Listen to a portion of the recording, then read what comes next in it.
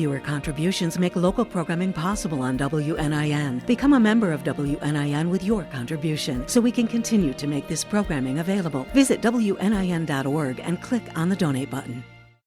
The Indiana General Assembly took the week off as they hit the midpoint of the 2025 session.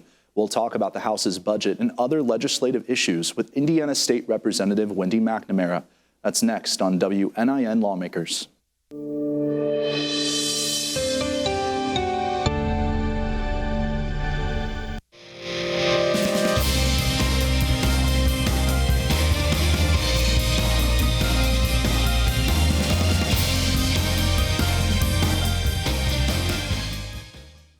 Welcome to WNIN Lawmakers. I'm Noah Alatza, the Chief Communications Officer for the University of Evansville. We'll speak with Representative McNamara in just a moment, but first, Governor Mike Braun spoke this week about the General Assembly's halfway point of the session.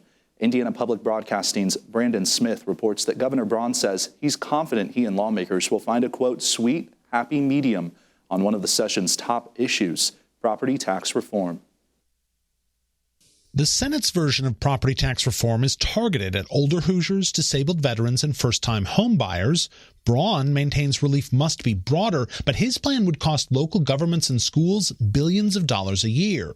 Braun says locals need to prove they haven't gone above and beyond in their budgets. If they bought a lot of shiny objects, they're sitting on a lot of cash balances. Do a little soul searching yourselves. Braun has threatened to veto the property tax legislation as a last resort if it doesn't improve, and there have been digital ads targeting lawmakers on the issue. Braun says it's a healthy conversation. Hopefully it's uncomfortable, only because it's addressing something that needs to be changed in a positive way. Braun says he also wants to ensure the debate doesn't go overboard. For Indiana Public Broadcasting, I'm Brandon Smith at the State House. And we're now joined by Indiana State Representative Wendy McNamara, who represents Posey County and a portion of western Vanderburgh County. Wendy, thanks for being here. Thank you for having me. So as we just saw in that clip moments ago, property tax reform has been a big issue this legislative session. I'm curious just about your overall thoughts on that reform by Governor Braun.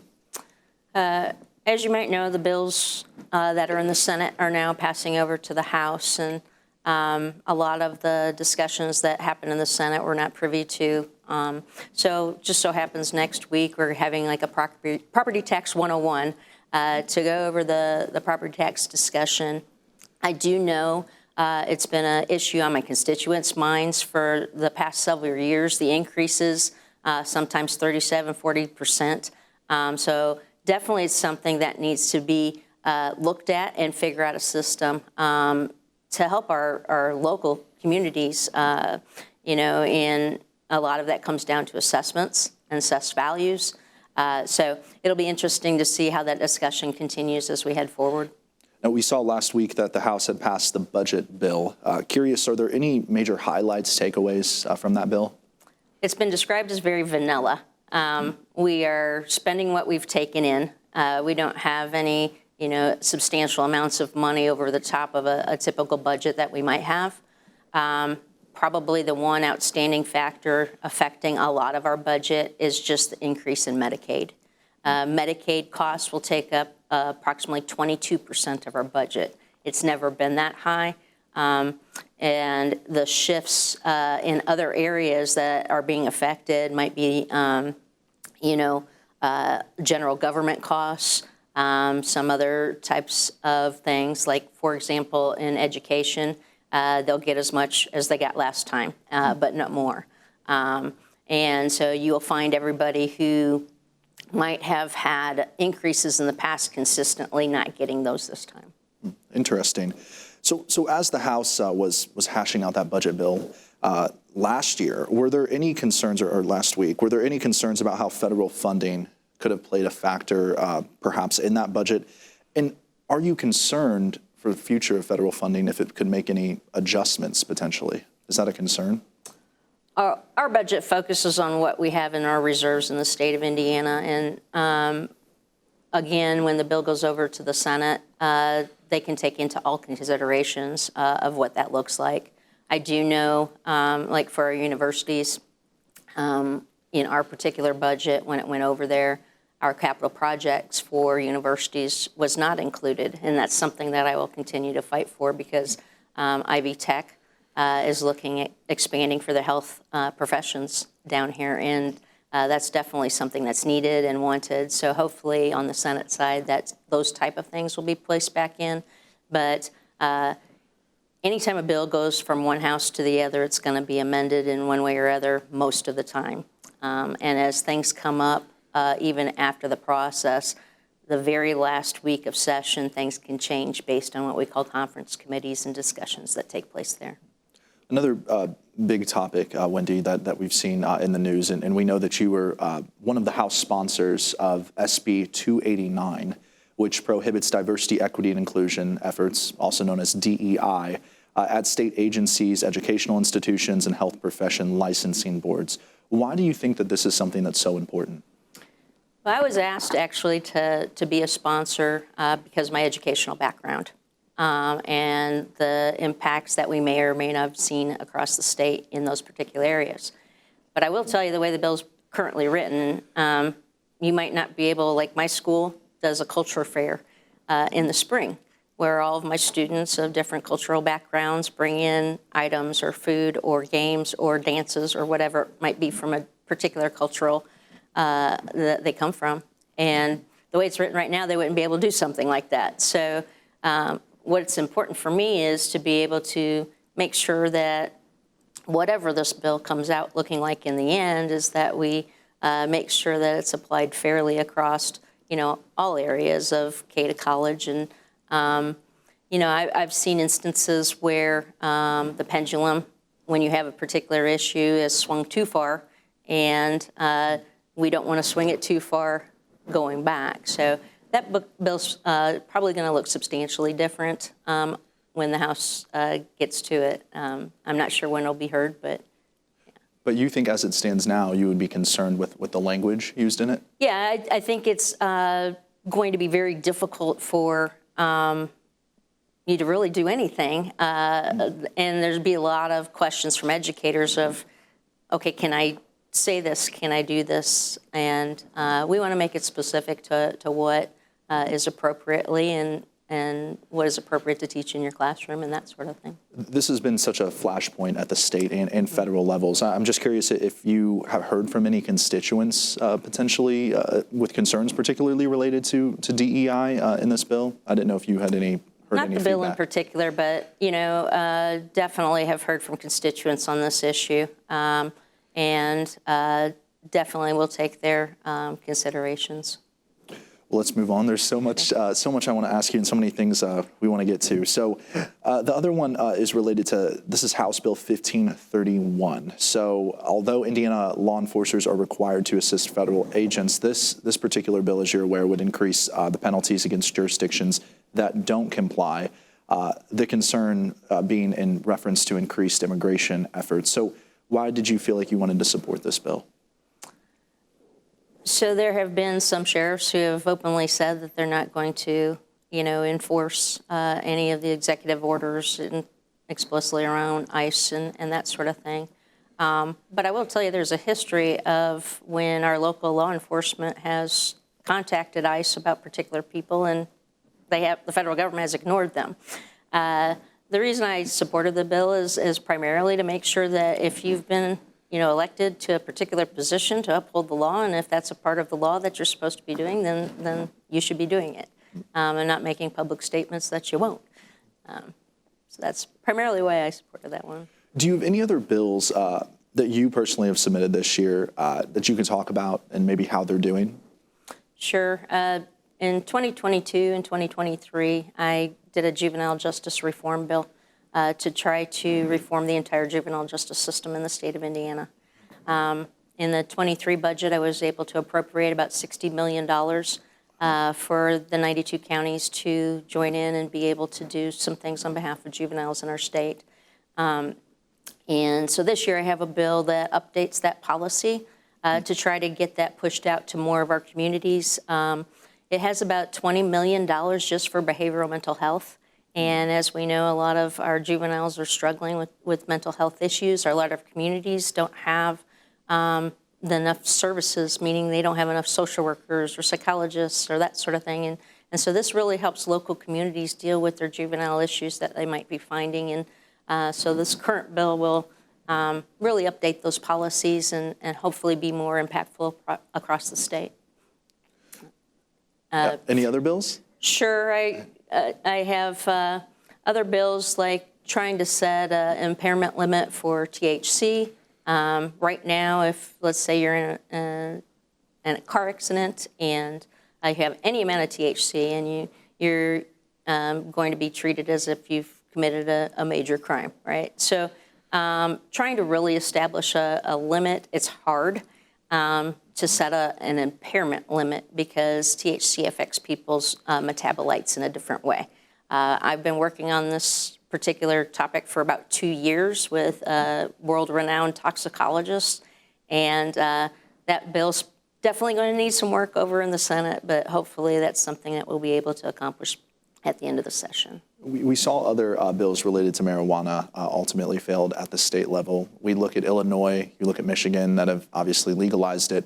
Wendy, do you ever foresee there being a day in the state of Indiana where marijuana would even be legalized or for medical purposes or just in general? Do you ever foresee that happening? I see the majority of people in the state that support medical marijuana, and I think that's probably because it's regulated, right? That does not hold true for legalization. And if you look at the states that have legalized, one thing everybody always points to is look at the tax revenue you get, or look at this or look at that. What they don't look at is on the law enforcement side, the social side, the costs there. Do the costs over here outweigh the revenue benefits over here? And in some cases, if you talk to people in certain areas of Colorado, they'll say absolutely not. You know, so it's definitely a conversation to have. But until you can find out what that balance looks like of what the social costs are on the criminalization side versus the revenue that is potential, I don't think that it'll be legalized anytime soon. If it was done the right way, would you support medical marijuana? Oh, definitely support medical marijuana. Okay. Yeah. And again, I support it because it's regulated, Sure. Thank you. So several bills, we'll move on. Several bills were obviously proposed this year about adding small modular nuclear reactors to help feed the need for more energy use by data centers. So we know most opponents of the bills will cite the cost burden as their concern with that. What are your thoughts on using the small modular nuclear reactors and how are they funded? I think the biggest concern is a rightful concern for the bill, being that the onus of the cost is being put on the ratepayer for the mini nukes. And I think the Senate's plan is to make sure that we kind of flip that script and make sure that the ratepayer isn't held accountable. I supported it because of the structure. We do, if you look at Indiana, we're #1 in the Midwest in business attraction and climate, and we top the numbers across there. So data center after data center is moving to Indiana. The problem is data centers require an enormous amount of energy, and our current structure cannot handle all of that. So this bill is an attempt really to make sure that our utilities and our local communities can handle having, and not just data centers, but other types of things that are high wattage using industry. And this is the first strike at that, trying to make sure. But I agree that the onus should not be put on the taxpayer in this particular instance. And it's not like overnight. The mini nuclear reactors, it takes a significant amount of time just to build one. Last I heard, and don't quote me, it could be like 6 to 7 years just in manufacturing, design, and that sort of thing. And so we want to make sure that if we are bringing a business there, we want to have the proper utilities, but we also want to make sure that that expense is not being put on our local communities as well. We're talking about energy, we're talking about utilities, a thing on a lot of people's mind, especially in Southwest Indiana. They saw just, in early February, the IURC, Indiana Utility Regulatory Commission, approve that rate case from CenterPoint Energy that would ultimately bring bills up. Is there anything that the Indiana General Assembly can do to address these rising utility costs for people, particularly here in Southwest Indiana? I think the biggest issue is looking at the CenterPoint footprint in our community. We have a small number of people with a big number of things that have been done. If we go back, and I want to say 2012, when they put scrubbers on, we're paying for that. The shuttering of the plant, the building of the new plant, all that's being put on a small footprint. And that's why our rates are increasing primarily for the most part, because there's, you talk about the number of size of people on the number of size of projects and the costs. And I would have liked to seen, to be honest, a lower rate. I was looking at some of the projections, and it really concerns me for our taxpayers. This time next year, it was estimated that the average bill would go up about $40. That is exceptionally concerning to me, especially for those people on a fixed budget. I don't know that the 1007 House Bill 1007 will fix that, but there might be other regions or areas to be able to do that. The problem also becomes the IURC isn't something, they're the ones that make the decisions on this. It's not the General Assembly. We can make an impact kind of here and there, but they're ultimately the decisions on the rate paying and that sort of thing. So you don't think they made the right decision? I do not. I think there could have been other ways for us to be able to find the funding for those sort of things. You mentioned this House Bill 1007. What does that include? Oh, that was the mini nuke bill. Oh, okay. Yeah. I'm sorry. That was related right back there. Yeah. Let's move on. House Bill 1004, Wendy. That would penalize nonprofit hospitals for charging more than 265% of Medicare facility fees. It did pass the House. It's now in the Senate. Why did you want to support this bill? Want to support this bill because in every bill, sometimes you've got good and you've got bad. We want to make sure that we're not being overbilled for particular services at the hospitals. It's a direct result. I guess they call it the Big Five. So there's 5 hospitals that are nonprofit that are charging way above the 265% proposed rate. And I think it's really an attempt to try to get those people under control in those communities. My concern with this bill is that it'll affect our local community like Deaconess. Deaconess is already around 265. So potentially if the bill passes, they won't see much of a change, right? But the other part of the bill that concerns me a little bit is the way that they do or talk about the philanthropy.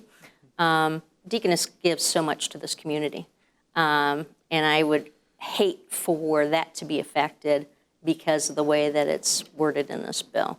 It does good things for other communities who have bad actors, but also my concern is what does it look like in the long run for our community.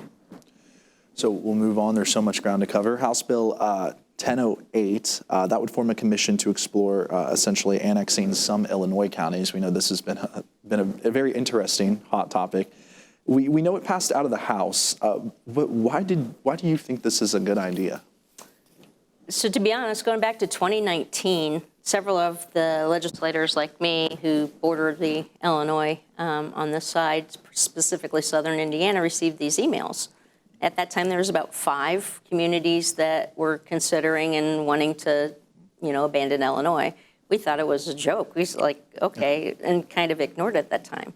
Well, since then, they have ramped up, and they're up to 33 communities in Illinois that would like to secede, if you want to use that word, and become a part of Indiana. So the Speaker himself took on this bill this year, and you've got 2 things at play. I believe it's Article 4 of the federal Constitution doesn't allow us just to create new boundaries, and then Article 14 would require us in the state of Indiana to change some of the ways that we do and create boundaries. So to create a commission in which Illinois and Indiana look at the positives and benefits of those communities coming here, and I don't know that any of ours would go there, but I would suggest there's a lot of things to consider, but we'll take them if they want to come. How long does that process look like? You said you create the commission. Could it be years in the making? No. Yeah, for us, for a constitutional amendment to change the Constitution takes a minimum of 2 session cycles, and that isn't even in the works right now, right? So I would say a minimum 4 to 6 years even to even have the discussion, but beyond that, you could have that possibility. I'm curious, right now in 2025, Wendy, are there any great challenges that you foresee for Indiana going forward, now, in the future? I'd say the challenge is we've been accustomed to having very high revenue and being able to add on to, I don't want to call them special projects, but special things in the state, like my bill from 2 years ago. We wouldn't have been able to do that now, right, if I had brought it to here. But 2 years ago, we had enough money in the budget to add this pilot project to the state. So it will be people who are used to having the ask and being able to get it. And right now, just knowing that if you had the ask before, you're going to get it, but nothing new. I think that's going to be the biggest challenge is knowing that it's going to be very vanilla, and you'll get what you've always had, but probably nothing more. And on the flip side, what are some of the state's greatest strengths that you're seeing? Indiana has been a leader in the nation in business development, bringing businesses to Indiana. We have great opportunities, and I would say a bill you didn't mention is House Bill 1005. One of the biggest challenges, I think, for every state, but especially Indiana, because we've been growing. I want to say we grew 9% around there, 5 to 9% in the last few years, is affordable housing and being able to have housing available for people who are moving in. So House Bill 1005 will help people get low-cost loans and be able to stimulate that market. So we are doing things in Indiana to bring people here, keep people here, and probably one of the biggest ones that a lot of people have forgotten about, because it started a few years ago, is the incremental decrease in your income tax. So in 2027, it'll be down to 2.9%. Right now, it's 2.95%. So it'll just continue to incrementally go down and down and down. So that's some of the highlights of what we're doing here in Indiana. And before we let you go, Wendy, I just wanted to give you the chance for your constituents, for viewers at home who may be concerned about what's happening politically at the state level. They're watching this play out. You're the representative. What's your message to them? A lot of times they look at all the news on the federal level and think that's what happens in Indiana, and that's not exactly. House Republicans and Democrats, we get along fine. We have great collaboration. Probably the best example of that is if you look at the statistics. 93% of our bills are passed on a bipartisan level, and 81% of those have less than 15 no votes. And then the big statistic, 53% of bills are passed unanimously. So, and that's on the House side. So a lot of times you'll hear a lot of dissension on the federal level. On the state level, doesn't mean that we don't have it, but for the most part, we are very collaborative and have the ability to always move Indiana forward. Indiana State Representative Wendy McNamara, thank you for your time. And thank you for joining us. I'm Noah Alatza, the Chief Communications Officer for the University of Evansville. Thanks for watching WNIN Lawmakers.